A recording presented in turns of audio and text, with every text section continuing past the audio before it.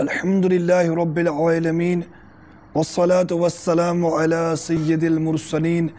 Amma ba'd. Fa'udhu billahi minash shaitanir rajeem. Bismillahir Rahmanir Rahim. As-salatu wassalamu alayka ya Rasulallah. As-salatu wassalamu alayka ya Rasulallah. Wa ala alika wa ashabika ya Habiballah. وعلى آلك وأصحابك يا حبيب الله. As-salatu wassalamu alayka ya Nabiyallah. الصلاة والسلام عليك يا نبي الله. Wa ala alika wa ashabika ya Nur Allah. وعلى آلك وأصحابك يا نور الله. My dear Islamic brethren and the viewers of Madani channel, we welcome you back to the silsila, the evils of society. First and foremost, let us hear about the beneficence of reciting durood upon our beloved Rasul alayhi salatu wassalam. The Prophet of Rahmah, the peace of our heart and mind, the most generous and kind, beloved Rasul alayhi salatu wassalam has mentioned, decorate your mahfils, your gatherings by reciting durood upon me. This durood recited in my favor will provide a nur for you on Qiyamah, insha'Allah Azza wa Jal. Sallu ala al-Habib sallallahu ta'ala ala Muhammad. My dear Islamic brethren and viewers of Madani channel, now insha'Allah Azza wa Jal we will have the tilawat of Quran, and thereafter a few shares of the praises in the form of naat of the beloved Rasul alayhi salatu wasalam. Sallu ala al-Habib sallallahu ta'ala ala Muhammad. أعوذ بالله من الشيطان الرجيم. بسم الله الرحمن الرحيم. الخبيثات للخبيثين والخبيثون للخبيثات والطيبات للطيبين والطيبون للطيبات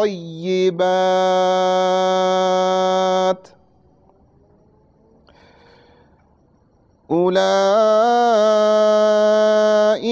مبرؤون مما يقولون لهم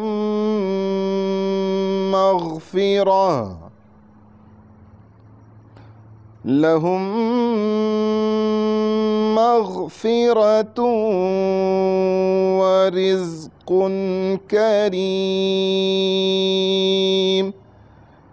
آمنت بالله صدق الله العظيم. Translation from Kanzul Iman. Vile women for vile men, and vile men for vile women, and virtuous women for virtuous men, and virtuous men for virtuous women. Such are innocent of what these people say. For them are forgiveness and an honorable sustenance. Sallu ala al-Habib sallallahu ta'ala ala Muhammad sallallahu alayhi wa sallam. Dawateislami. صلی علی نبینا صلی علی نبینا صلی علی محمد پڑھیے صلی علی شفیعنا صلی علی شفیعنا صلی علی محمد صلی اللہ علیہ وسلم. یا مصطفیٰ عطا ہو اب اذن حاضری کا.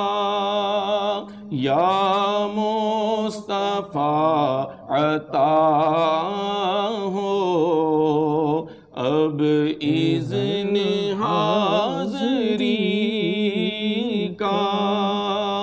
کر لوں نظارہ آ کر میں آپ کی گلی کا کر لوں نظارہ آ کر، میں آپ کی گلی کا ایک بار تو دکھا دو رمضان میں مدینہ، بے شک بنا لو آقا مہمان دو گھڑی کا، بے شک بنا لو آقا مہمان دو گھڑی کا۔ یا مصطفیٰ خدا را دو اذن حاضری کا، میزاں پہ سب کھڑے ہیں اعمال تل رہے ہیں، رکھ لو بھرم خدا را، رکھ لو خدا را، عطار قادری کا رکھ لو بھرم خدا را، عطار قادری کا، یا مصطفیٰ خدا را دو اذن حاضری کا۔ صلو علی الحبیب صلی اللہ تعالی علی Muhammad. My dear Islamic brethren and the viewers of Madani channel, today we want to get the opposite meaning of immodesty, modesty, haya. Today we learn the definition, what is modesty, what is haya. الحمدللہ رب العالمین والصلاة والسلام علی سید المرسلین، اما بعد فاعوذ باللہ من الشیطان الرجیم، بسم اللہ الرحمن الرحیم. In our last silsila we discussed immodesty or behayai, shamelessness. And as there is a saying, things are known or recognized through their oppositions. If you understand the darkness, then only you can understand and appreciate the light. So, if you don't know what is immodesty, you would never know what is modesty. So it was important that we touched that topic, and in today's silsila we might still shed some light on the previous discussion. Haya is to feel shame and conscientize yourself about the presence of the qudra, the power, the ilm of Almighty Allah Azza wa Jal, and His control over everything, and He's watching you. There is nothing which can escape from Him, from the knowledge of Almighty Allah Azza wa Jal. So, because of that feeling, you refrain from evils, you stay away from doing wrong, and you shiver when you want to do something wrong. Khawf is there, the fear is there, and you fear that the ruhaniyat, the spirituality, the light of Iman which you have in your chest, in your heart, that might go away. That is haya. You feel shame when you do wrong. And that is the reason that ulama ikram have said one should feel haya when you are doing wrong. When you doing right, there is no place for haya. Unfortunately, people are gone opposite. They feel haya, so-called haya, coming to the masjid, keeping beard, giving neki ki dawat, inviting people towards the path of goodness. But when they shave beard, they feel no haya. It's When they normal. watch movie, they feel no haya. When they exercise evil-sightedness, then there is no haya. When there is intermingling of sexes, then there is no haya. But to say that this is wrong what we are doing, then they feel haya. So they have actually given wrong definition to haya. So haya is actually that shameful feeling of sins, wrongdoings, and fearing Allah subhanahu wa ta'ala. And if one has that, it is indeed a great bounty of Allah Azza wa Jalla in His favor, and that is the completion of your faith. As it is said in Hadith Mubarakah, Al-Haya'u shu'batun min al-Iman. Haya is department, is shu'bah, is a portion or a part of Iman. And amongst Sahaba Ikram, Hazrat Sayyidina Usman Ghani radiyallahu ta'ala anhu is well known for this attribute. He's called Kamilul Haya wal Iman.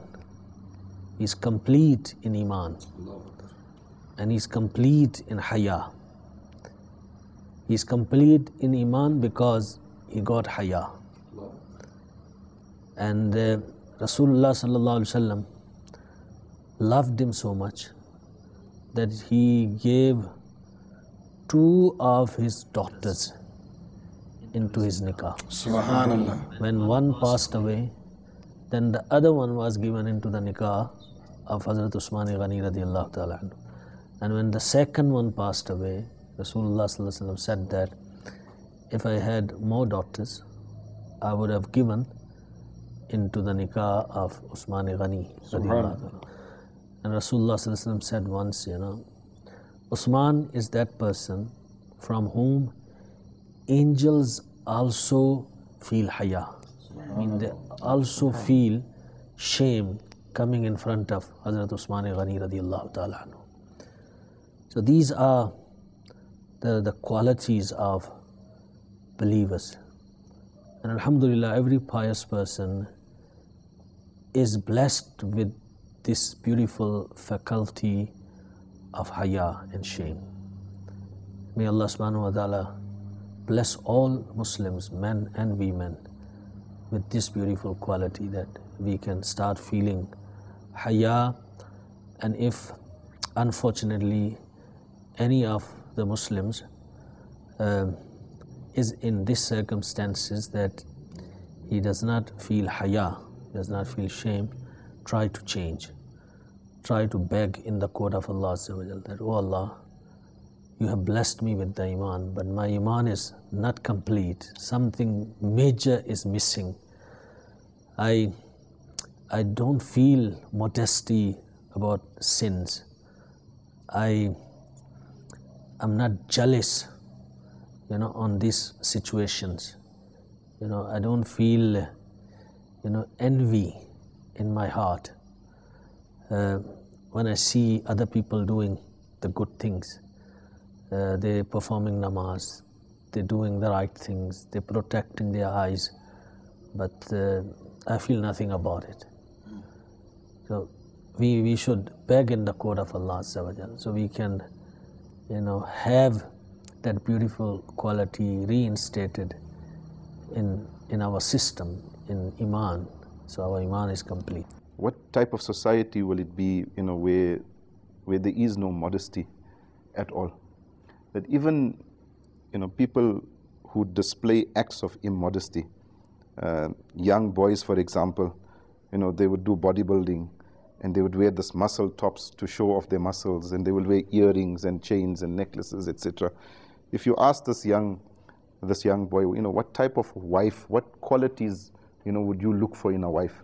They will tell you, no, we want a modest wife. We want a wife that is a good role model for the children.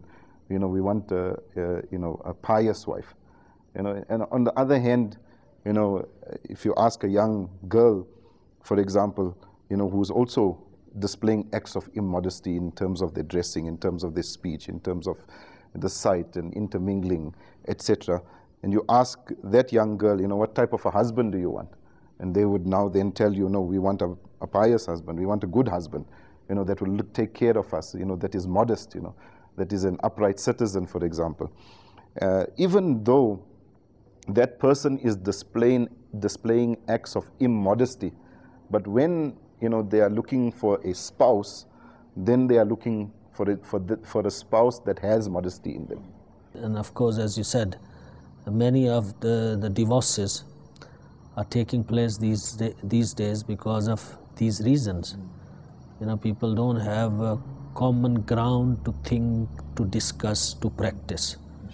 They think differently, they practice differently, and of course there's a disaster. And on the other hand, Mufti Sahib, you get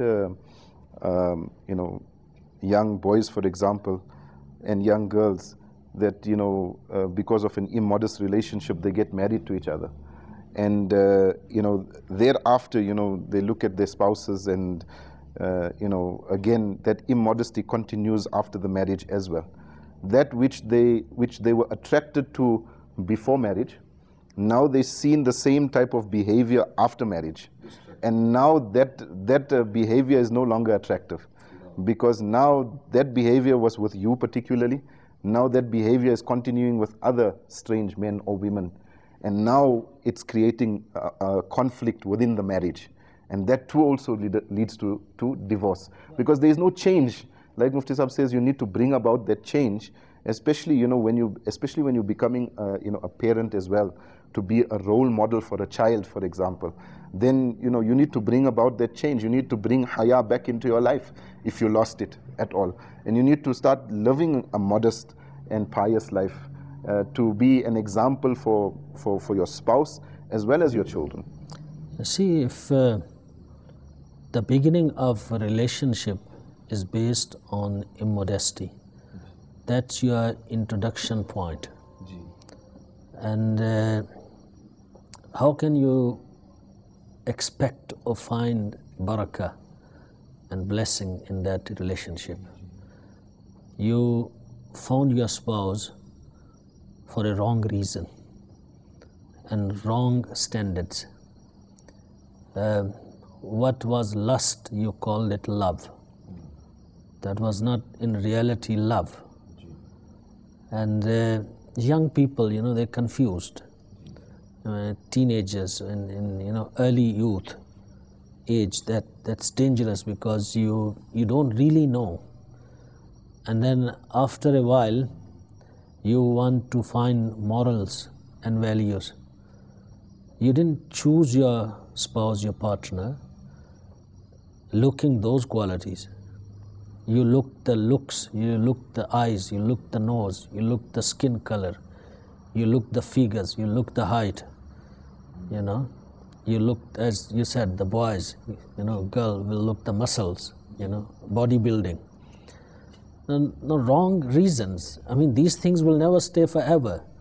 That beauty is here today, tomorrow is gone. You'll get older. That shine on the face is not there. Those muscles are not there. And those looks are not there. Viewers of Madani channel, alhamdulillah, we started on a very beautiful tone, mashallah. Mufti Sahib gave us some very beautiful explanations about haya. Now we want to bring in some narrations, some examples about haya, which would give us a basic understanding of what is immodesty and what is modesty. What is haya and what is behaya. So modesty is a very important thing, my dear Islamic brothers. And those who have modesty, you know how they blessed by Allah Azza wa Jal. There is a story narrated in a book, Akhbarul Ahyar, that once there was a drought and the people gathered and they went in the bargah of a very pious, actually he was a Waliullah. His name was Hazrat Sayyidina Nizamuddin Rahmatullahi Ta'ala. People went in the court of Sayyidina Nizamuddin Rahmatullahi Ta'ala and requested, please make dua for us in the court of Allah Azza wa Jal, that he may finish this drought because our animals are dying. There is no rain, there is no water. Sayyidina Nizamuddin Rahmatullahi Ta'ala said, okay, wait. He went inside his house and he brought a thread of his mother chadar. And he held that thread in his hand and he requested in the bargah of Allah Azza wa Jal that, O Almighty Allah Azza wa Jal, this is the thread of that woman. This is the thread of that woman. No ghair mahram saw that woman in her whole life. Please accept our dua in your court and give us rain. It is narrated that his hands were still in the air and the rain started. Subhanallah. Subhanallah. Look, my dear Islamic brothers and the viewers of the Madani channel, that how the modest people are blessed. So this is very important, my dear Islamic brothers. If you want modesty in yourself, if you want kufle madin of your eyes, if you want to be pious, come, join Dawat-e-Islami. Try to travel in Madani qafilas of Dawat-e-Islami. It doesn't matter wherever you are. If you are in America, if you are in Africa, if you are in Bangladesh, if you are in Pakistan, India, wherever you are, Dawat-e-Islami is everywhere, alhamdulillah. Well, this was a beautiful example of what goes around comes around. In Urdu they say, Jaisa karoge, vaisa bharoge. In Arabic we say, Ma tudino tudan. Tit for tat. Too many. Do good, have good. Yes, too many idioms used in different languages. And that is the truth, that is the reality. If you have respect for other women, for someone else's daughter, for someone else's sister, for someone else's mother, your daughter would be respected, your sister would be respected, your mother would be respected. For viewers of Madani channel, alhamdulillah, we had such beautiful narrations, mashallah, that gives us some beautiful examples of haya. There is one narration, Hazrat Sayyidina Abu Sa'id Khudri, radiyallahu ta'ala an, he narrates that our beloved Rasul alayhi salatu salam once was addressing a group of companions. And he said, pay the road its rights. Can you imagine the road also having a right, Mufti Saf? Then pay the road its rights. And that's the beauty of Islam. That's the beauty of Islam. I mean, in which culture or legislation it's written that this is the right of the road. Subhanallah. But here in so clear words, pay the rights of the path, of the road. So these persons asked, Ya Rasulullah, Azza wa Jalla wa sallallahu ta'ala, listen, what is the right of the roads? The beloved Rasul alayhi salatu salam said, lowering your gaze, refraining from harming others, returning salams, and enjoining what is good and forbidding what is evil. So alhamdulillah, My dear Islamic brethren and viewers of Madani channel, such a beautiful narration. This gives us a very beautiful insight about haya. Especially we're always coming to the main part, the kufr madani of the eye. All the time we've been discussing in last episode and also in today's episode, when we're coming back to a point, we're realizing that it has to come back to the eye. We're going out, we come back, realize it comes back to the eye. We go out to another direction, it comes back to the eye. The eye is the main catch here, Mufti. Yes, indeed. The control on the eyes is very difficult thing. And that is the reason that there is much emphasis. The ayat in which Allah subhanahu wa ta'ala talks about the believer men and believer women who lower their gaze. And in this hadith Mubarakah which you have just read out, where the right of the path is being discussed, the first right is to lower your gaze.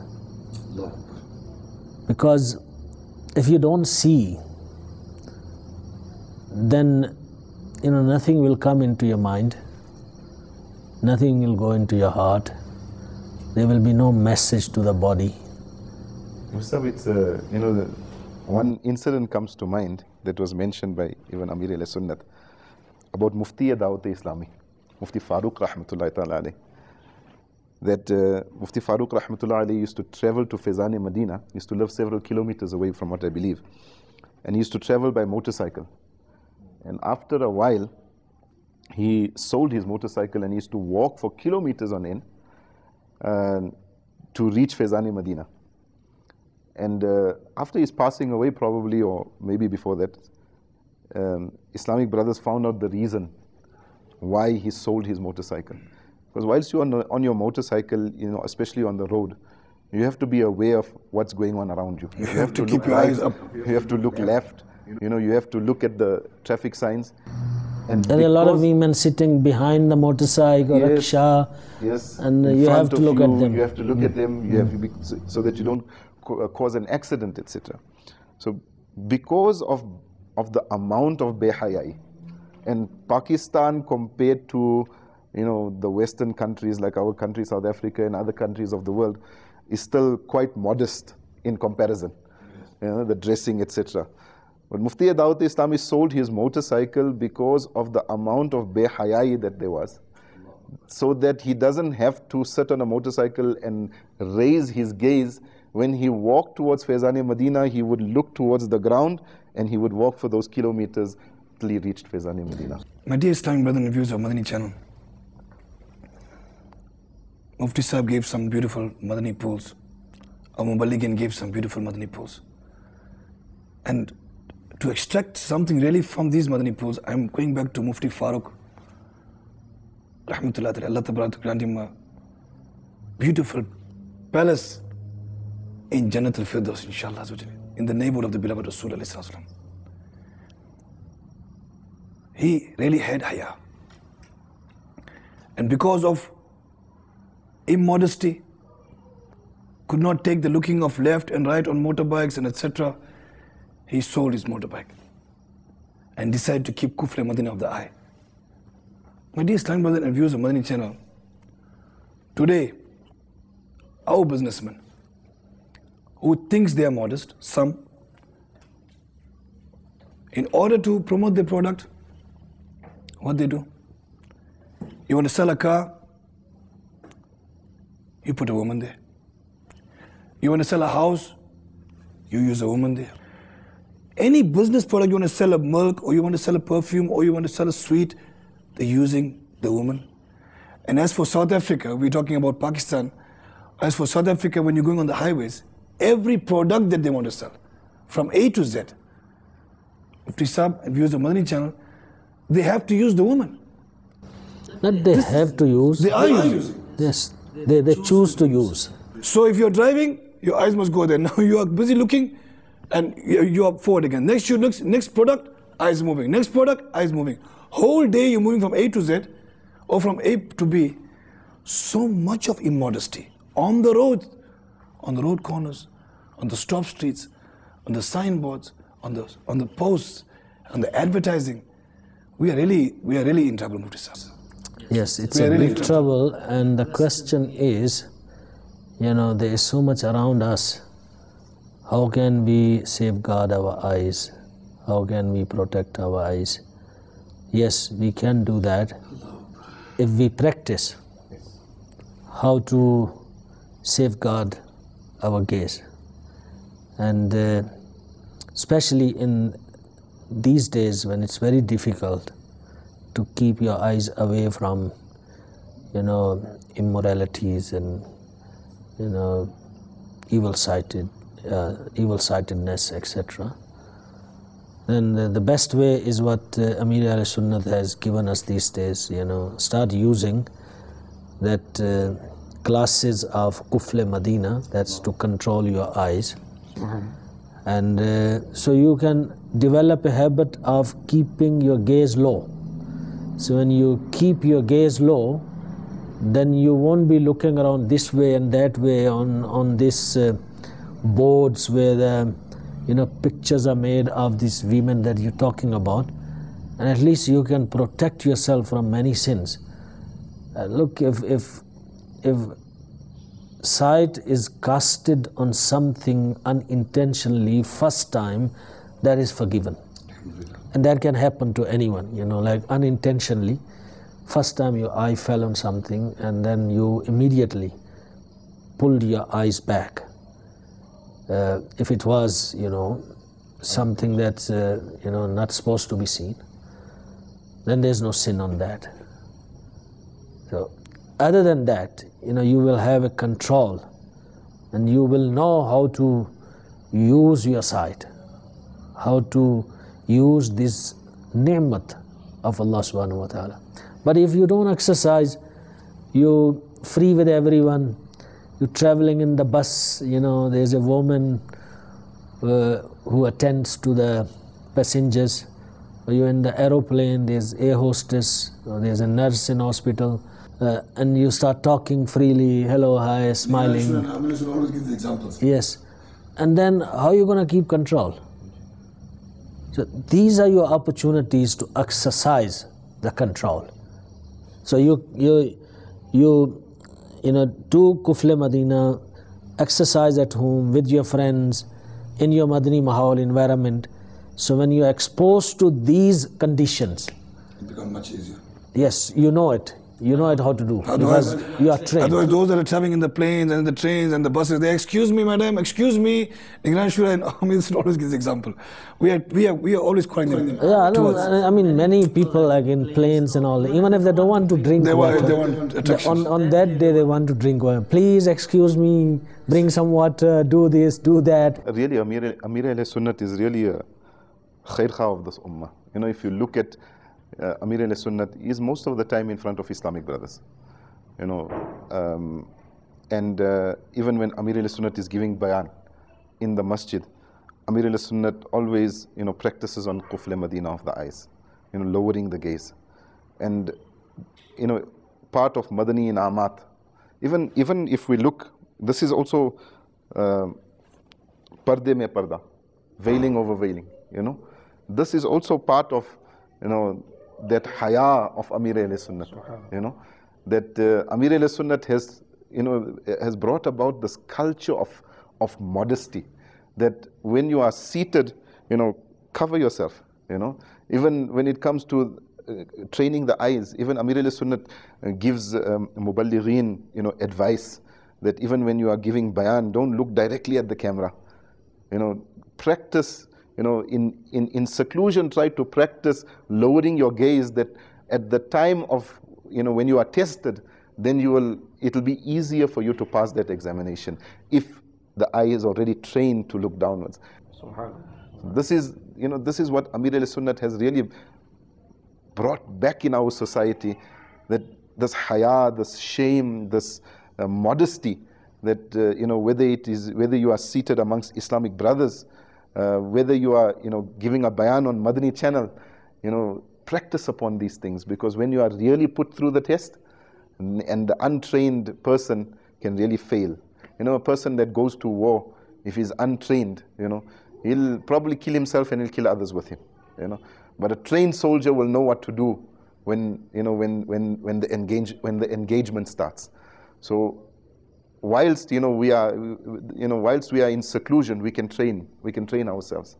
And this is the purpose of Madani In'amat. Madani In'amat is there to train us to become pious. You know, so many things in Madani In'amat, if we look at it, you know, it's actually training, it's actually practicing for that real war out there, that war against shaitan. Amir al-Sunnat has already waged the war against shaitan. So we have waged the war against immodesty, we have waged the war against shaitan. So let's give some of the naras of our... गीबत के खिलाफ जंग जारी रहेगी, शैतान के खिलाफ जंग जारी रहेगी, हया से नजरें झुकी रहेंगी, हया से नजरें झुकी रहेंगी, हया से नजरें झुकी रहेंगी। सल्लु अलल हबीब सल्लल्लाहु तआला अला मुहम्मद सल्लल्लाहु अलैहि वसल्लम। I hope and pray in the court of Allah that all our Islamic brothers out there, the viewers of Madani channel, that we take some Madani pools, that we try to be practical upon it. And to create this environment, keep close to the Madani Mahal of Dawat-e-Islami, travel in the Madani Kafilas, keep watching Madani channel, attend the Ijtama'at of Dawat-e-Islami, read the booklets of Amir al-Sunnat. Inshallah tabarak ta'ala, this will be beneficial for us in the dunya, in the qabr, and most certainly on the day of Qiyamah. Allah karam, aisa kare tujh pe jahan mein, ay Dawat-e-Islami teri doom machi ho. Ameen bi jahi nabil ameen. Sallallahu ta'ala alayhi wa sallam.